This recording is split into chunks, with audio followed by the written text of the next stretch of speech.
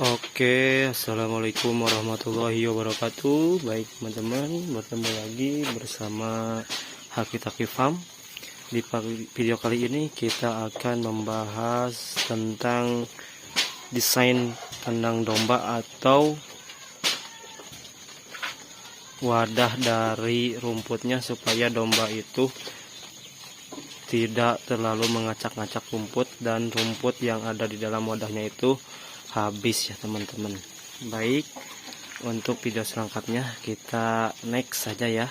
Tapi untuk teman-teman yang baru bergabung, silakan klik tombol subscribe dulu dan nantikan video-video menarik lainnya dan video-video sharing untuk peternak pemula ya teman-teman.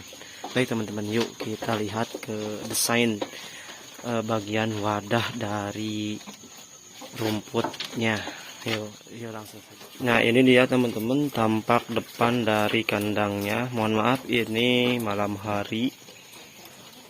hari ya, jadi agak sedikit gelap. Untuk penerangan juga ini kita masih minim ya.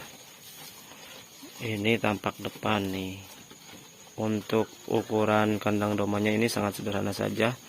Perkiraan ukuran 4 meter dikali 2 meter ya teman-teman. Tapi ini enggak full sih. Untuk wadah rumputnya enggak full 4 meter. Hanya ada sekitar 3 meter setengahan atau 3 meter lah kurang lebih. Nah, jadi kita lihat di sini untuk ukuran wadahnya kita lebih dekat lagi. Untuk ukuran wadahnya itu paling ini setengah meter dikali 3 meter setengah. Sebenarnya sih cukup ya untuk lebar 3 meter itu. Nah, kita ini kan biasa domba sering cari-cari makanannya, atau nih seperti ikan ini tidak dimakan dari atas, langsung cari-cari ke bawah ya teman-teman. Coba kita lihat ada ya. Nah, ini seperti ini. Jadi nggak dimakan langsung ke bawah di atasnya, tapi dicari-cari ke bawah. Nah, ini menyebabkan si rumputnya itu berantakan teman-teman. Nah, tapi kalau misalkan biasanya sih kalau nafsu makannya kurang bagus tuh suka cari-cari, ataupun si rumputnya juga kurang bagus. Kan, tetapi kalau nafsu makannya bagus, kalau masalah rumput sih nggak masalah ya. Ini untuk yang bermasalah di pakan ataupun bermasalah di dombanya yang kurang rakus makannya teman-teman. Jadi suka nyari kemana-mana nih, padahal di atas juga rumput bagus tuh, hijau segar juga ya teman-teman. Nah, di situ bisa kita akali ya supaya rumputnya enggak berserakan. Terus juga si rumputnya ini walaupun nafsu makan dombanya kurang bagus, akan tetapi memaksakan diri untuk menghabiskan dari rumputnya ya teman-teman. Bagaimana ya itu untuk desain dan untuk wadah dari ininya, tempat rumputnya.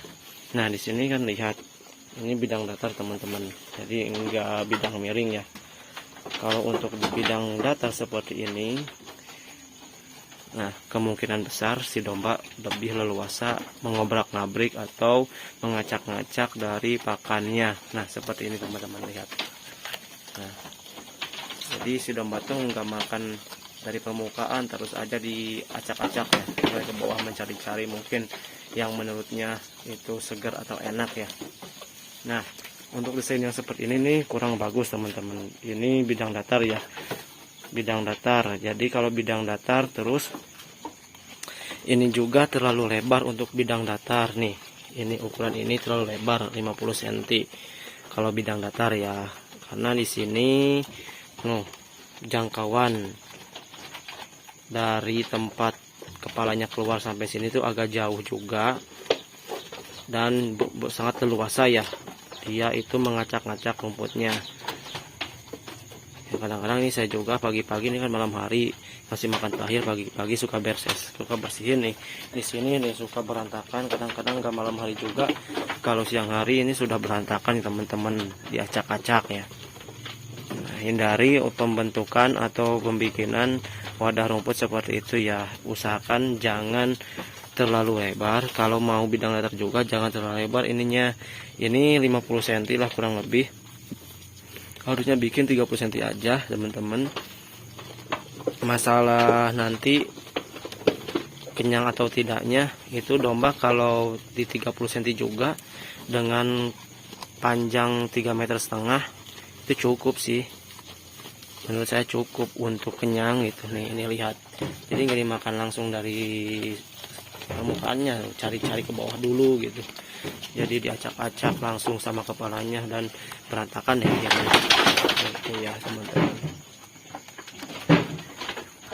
Nah, untuk mengatasi itu, pembuatannya pertama kita harus lebarnya ya, berarti lebarnya itu harus diperkecil.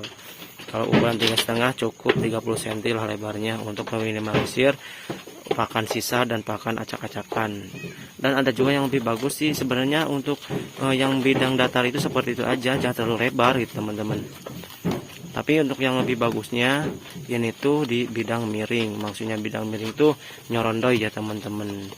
Jadi posisinya ini kan di bawahnya itu datar, nah, jangan sampai datar, jadi lebih miring ke sini nih.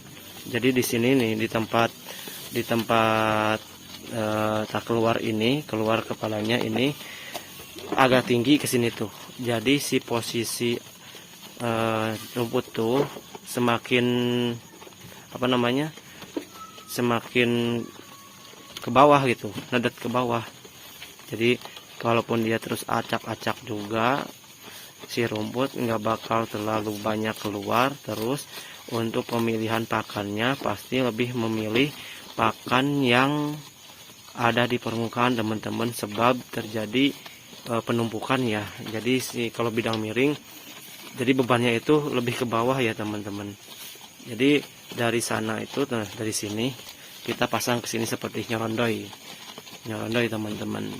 Nah, itu sih menurut pengalaman saya ya, ini desain seperti ini, kita coba seperti ini, dan akhirnya ini tuh sangat-sangat berantakan ya kalau pakannya kurang bagus atau si dombanya kurang nafsu makan itu. Jadi kita harus pintar-pintar juga untuk mendesain kandangnya supaya nyaman, dan juga untuk rumputnya, terutama capek-capek kita ngarit banyak, rumputnya makannya kurang gitu ya, atau dimakannya cuma kebanyakan diacak-acak ya teman-teman.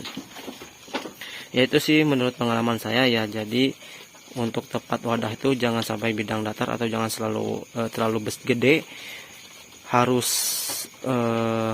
ini ya pas gitu, supaya tidak, kalau bisa sih agak lebih kecil tapi lebih memanjang gitu teman-teman, supaya ruang untuk peluang mengacak-ngacak si domba itu sedikit ya teman-teman. Dan lebih bagus itu menurut pengalaman saya adalah maksudnya si tempat rumputnya itu di bidang miring kan teman-teman, supaya lebih meminimalisir pengacak-ngacakan rumput yang kita berikan, dan juga intinya sih memaksakan apa yang diberikan sama kita, rumput kayak gimana supaya habis lah itu teman-teman.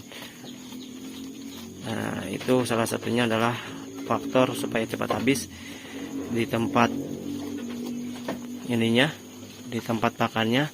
Dan yang kedua itu masalah pakannya. Dan yang terakhir yang paling inti sih menurut saya, yang paling